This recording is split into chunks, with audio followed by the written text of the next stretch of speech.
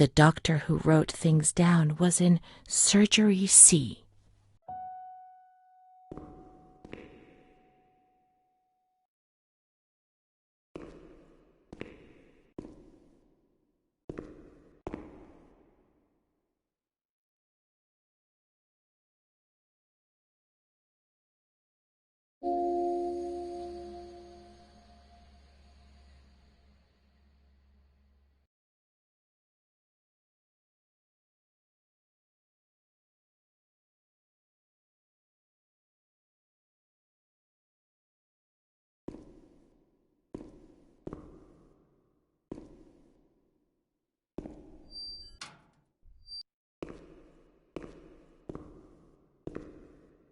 June 1935. After much theorizing and practice in clinics for the privileged, the moment for action has finally arrived. Volterra is the right place. It's an avant-garde hospital, the perfect place for a doctor who really wants to make a difference. November 20th. Crossing the threshold of the asylum was similar to entering another dimension. A world of smells, noises, and images which it is almost impossible to imagine, describe, or explain. August 1936. The situation is similar to that in many other institutions. The department is overcrowded. Hundreds of patients are supervised by a handful of nurses who are forced to tie the more distressed ones to their beds or to radiators. They do 24-hour shifts. It's impossible to work like this. We doctors rarely see the female patients, and it's the nurses who tell us what's happening to the women.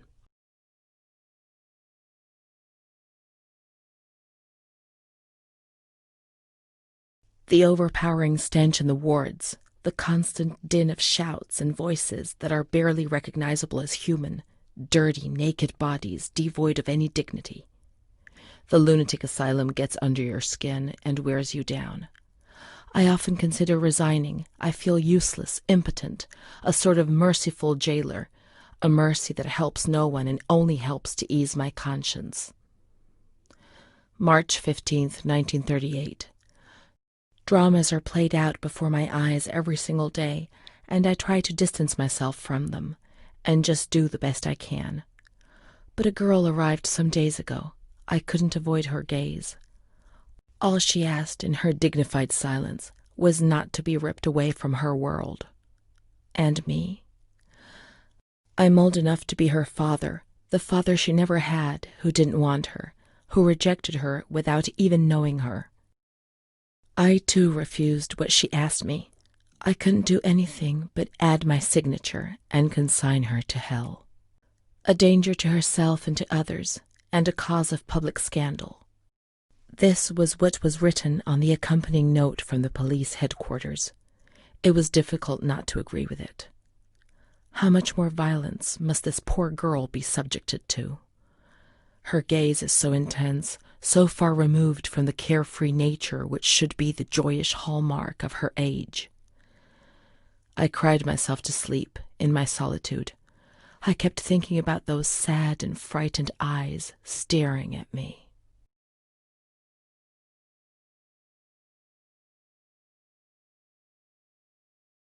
June 1935.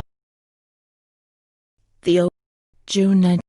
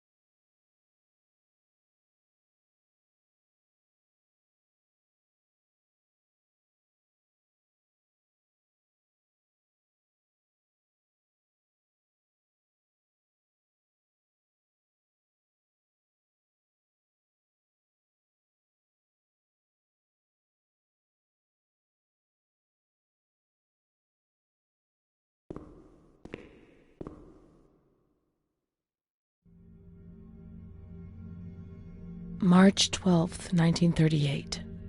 Renee T., 16 years old. Menstruation at age 12. Housewife. Father unknown. Mother a seamstress. Admitted in observation yesterday morning from Pontedera, accompanied by a police officer authorized by the examining magistrate of the Court of Pisa to be admitted for a psychiatric evaluation, which I have carried out. Medical certificate. Mental illness preceded by warning signs. Has suffered from depression for a year, believing she had tuberculosis. Food deprivation. We can't read this document. It is forbidden. We mustn't. If they find out, there will be trouble.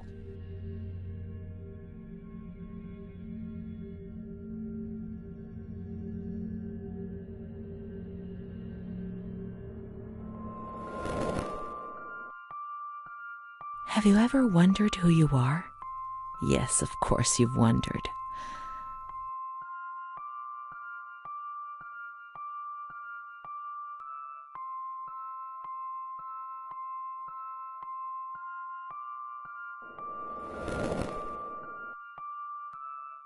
Since I got lost in the light, I don't even know who I am anymore.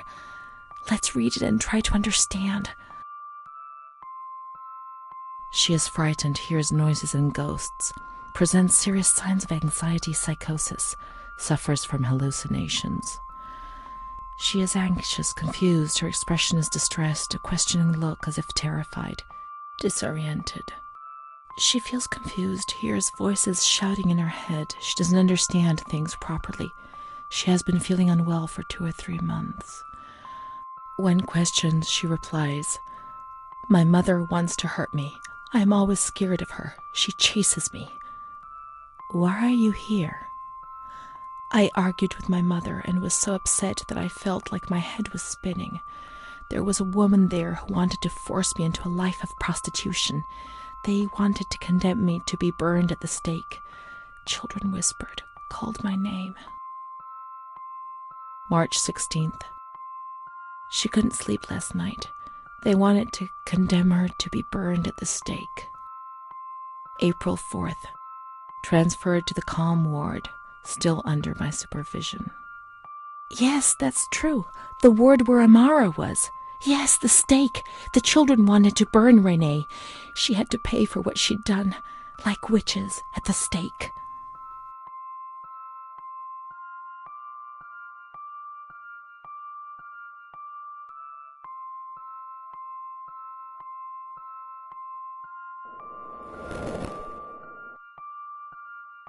So many things frightened me.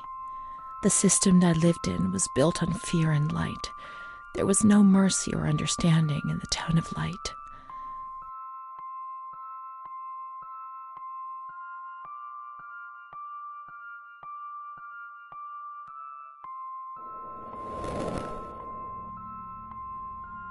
April 21st. She's more awake this morning and is responding to questions, complains of headaches. She became agitated when she found out her mother was there. She says that one day, many years earlier, she was with a friend of hers and met a man who made her get into a car and took her for a ride. He made her smoke cigarettes and drink liquor, and the man showed her certain things. He tried to hurt her and made her go crazy. She says he promised to marry her and made her swear to keep what had happened a secret. These facts were essentially confirmed by her mother. After that, she became arrogant, impatient, and hostile towards her family, especially her mother. She started taking off her clothes in public. Her moods would swing from laughter to tears. She rants. She pleasures herself. I can't remember these things, only the guilt, the stake.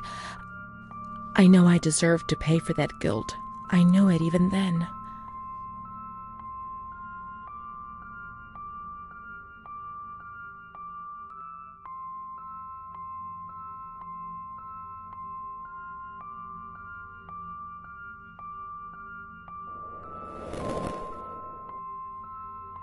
Amara, she was good. Let's look for her. What else can we do?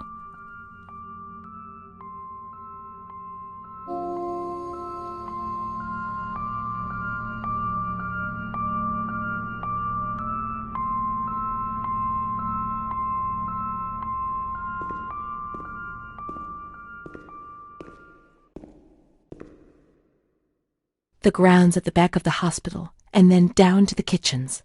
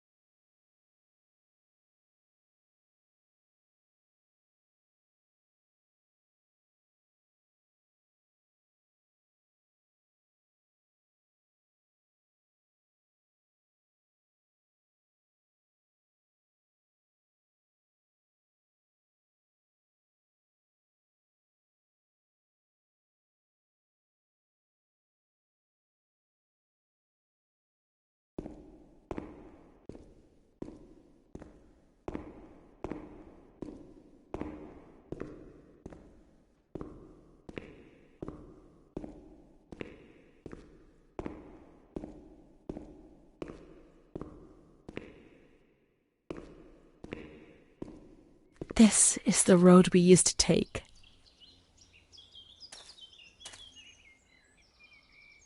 If it weren't for her, in the grounds on that bench in spring, so many days. It was an escape, watching nature around us as she talked and smiled. And then there were the kitchens. Sometimes we stole food and ran back to the bench to eat it in secret, and we laughed.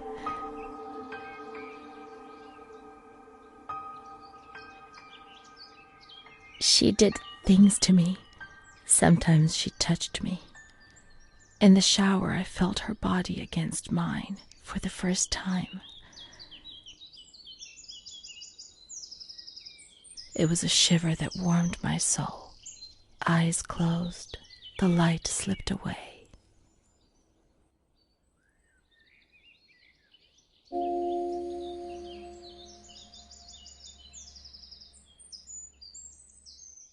She wasn't in the system. He wouldn't let her in. That's it. She must be the key to my memories, to the reasons why.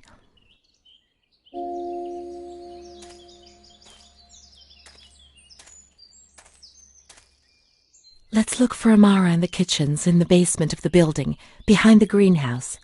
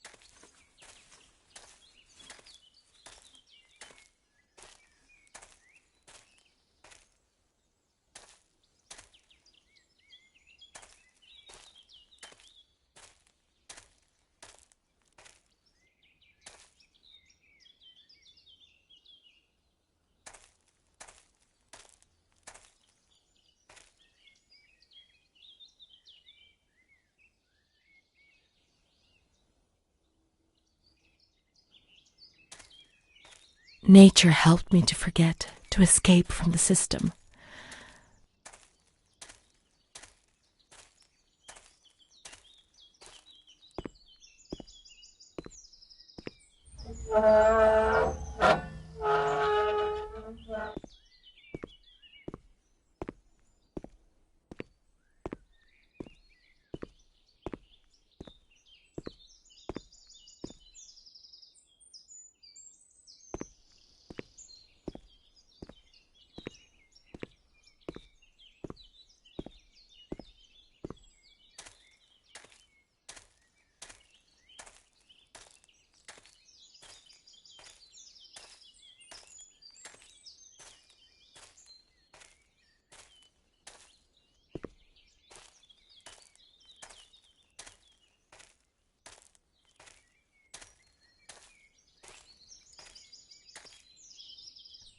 scent of spring.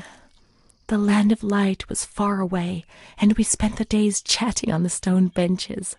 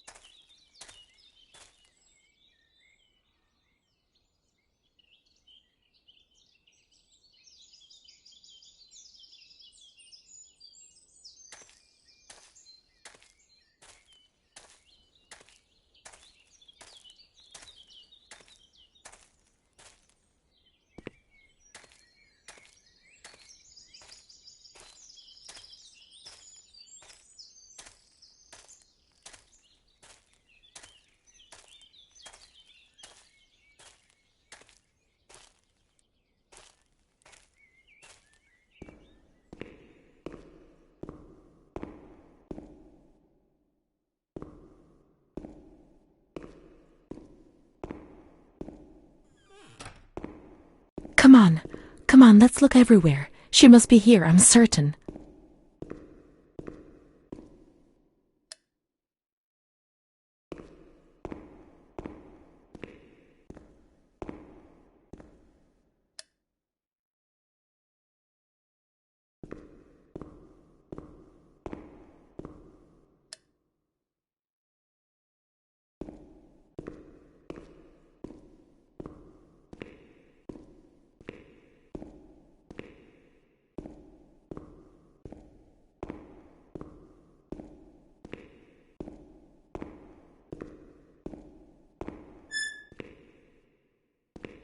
Keep looking. We mustn't give up.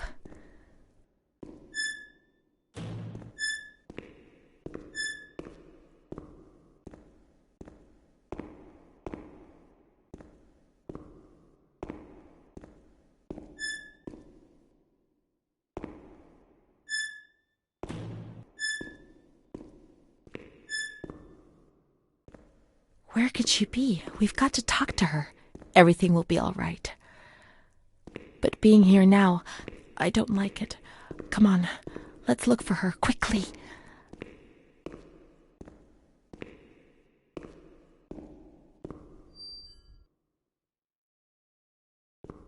We can't stay in here too long. They'll find us. When they found us... Come on, hurry. We've got to find her quickly. We've got to get out of here. They'll find us. But not now. Not yet. Amara's not here. Maybe she's in the showers. We can find her there. The water was often cold. When it was cold, we ran away. But when it was hot, then she came to Renee under that cruel white light. I can still feel the shivers her body gave me. Everything must return to how it was. If we recreate that magic, she'll come to us.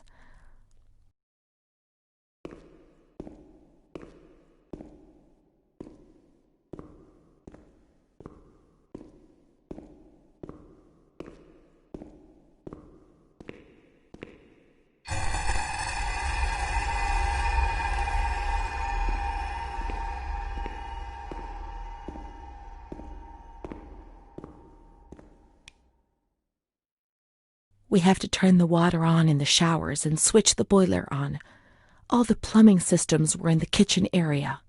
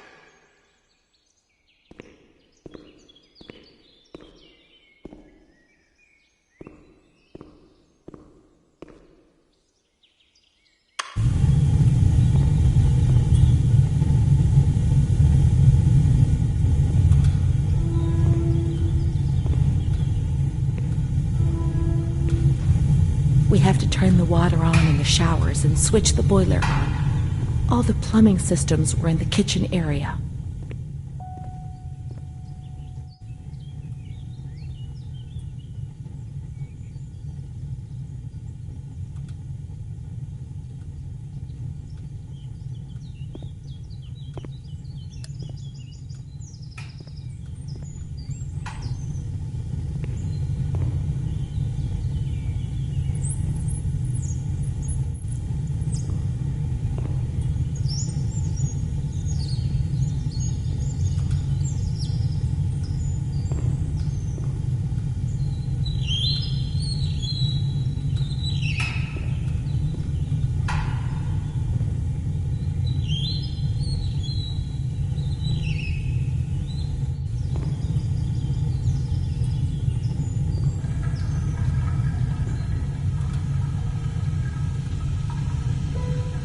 Now everything is ready.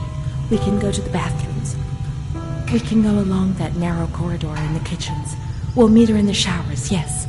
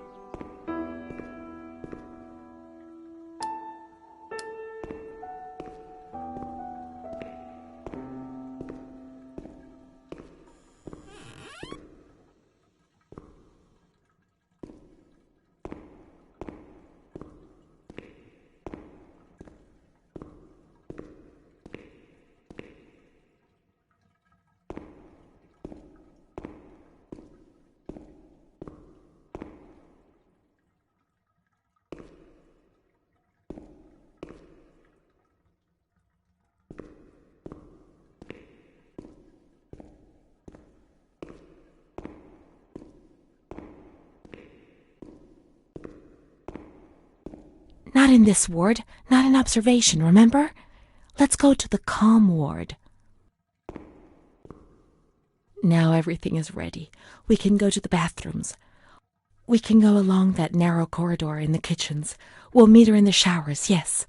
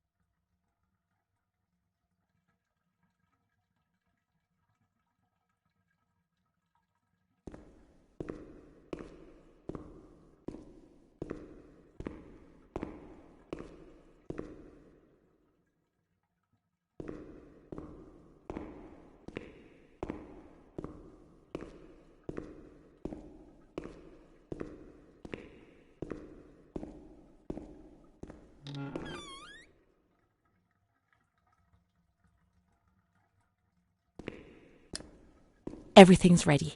Let's get undressed and leave our clothes on the hooks in the changing rooms.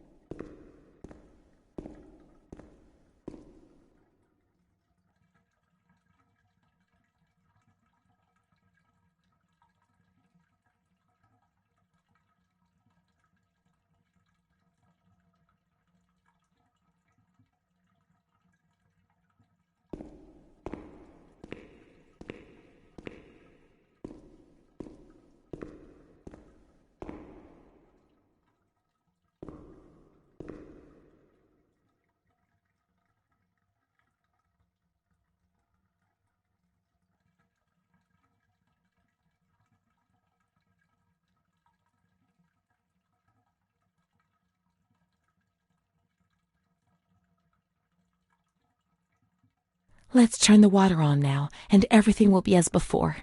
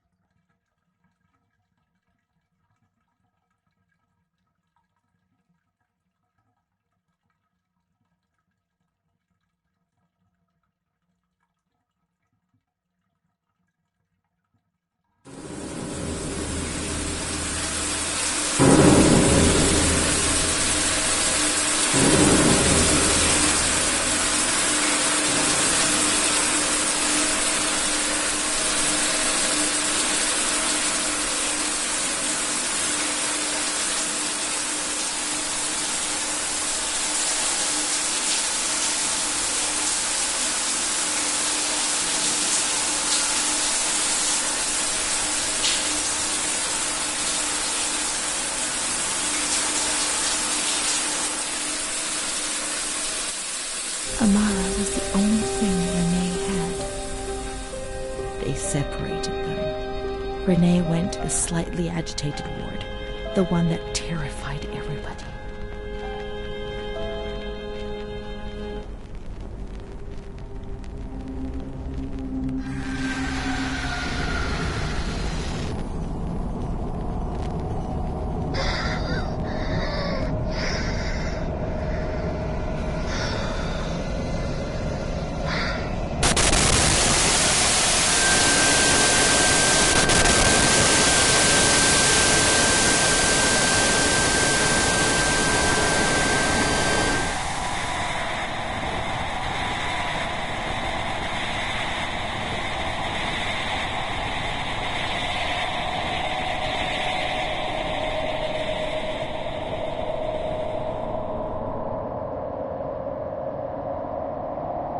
those injections were a torture, the just punishment for what I was doing. And what about her? Who knows where Amara was? They had taken me upstairs into the ward where no one wanted to go.